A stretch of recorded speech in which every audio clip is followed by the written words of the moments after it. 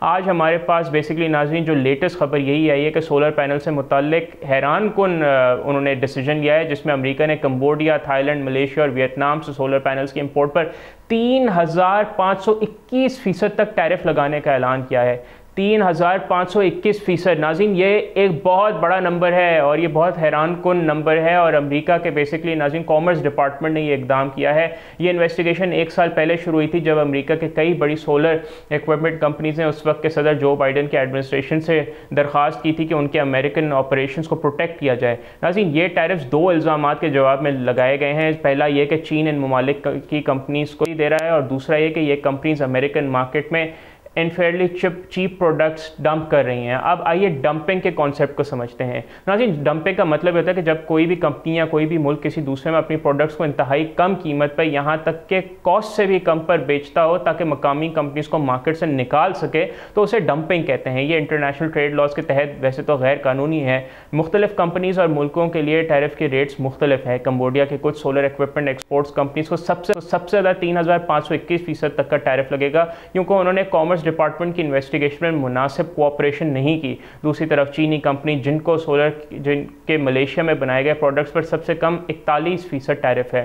ایک اندازے کے مطابق ناظرین ایک اور چینی کمپنی ٹرینا سولر کو تھائی لینڈ میں بنائے گئے پروڈکٹس پر 375% کا ٹیرف بیسکلی اب دینا پڑے گا، اور یہ سلسلہ ٹرمپ کے پہلے دور سے چلا آ رہا ہے، جب سے ان کی پہلی ایڈمنسٹریشن نے چین پر ٹیرفز لگائے۔ بہت سی چینی کمپنی ساؤتھ ایسٹ ایشیا میں منتقل ہو گئیں تاکہ ان ٹیرف سے بچ سکیں، لیکن اب امریکہ ان کمپنیز کے پیچھے بھی پہنچ گیا ہے۔ American alliance for solar manufacturing trade company, جو کہ امریکن مینوفیکچررز کا ایک گروپ ہے، انہوں نے اس فیصلے کا خیر مقدم کیا ہے۔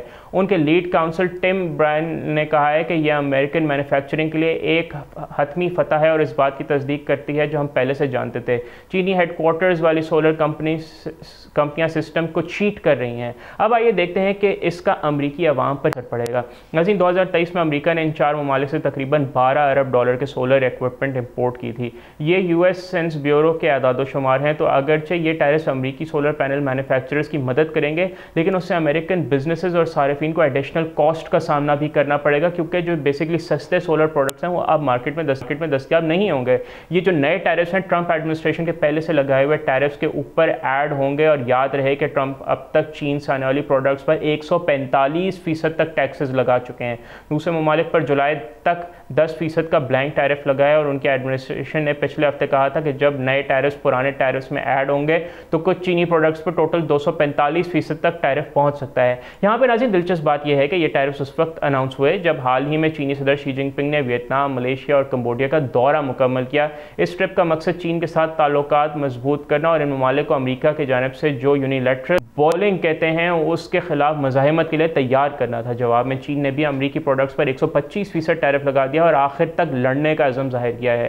یہ ناظرین ٹریڈ وار جاری ہے اور اس سے گلوبل اکانومی پر شدید اثرات پڑ رہے ہیں۔ آخر میں یہ بتانا ضروری ہے کہ یو ایس گورنمنٹ کی ایک بیسکلی دوسری ایجنسی انٹرنیشنل ٹریڈ کمیشن جون میں ان نئے ٹیرفز پر فائنل فیصلہ کرے گی، اور آخری فیصلہ تک ہمیں انتظار کرنا ہوگا کہ آیا یہ جو حیران کن 3521% تک کے جو ٹیرفز ہیں واقعی میں ہوں گے یا نہیں۔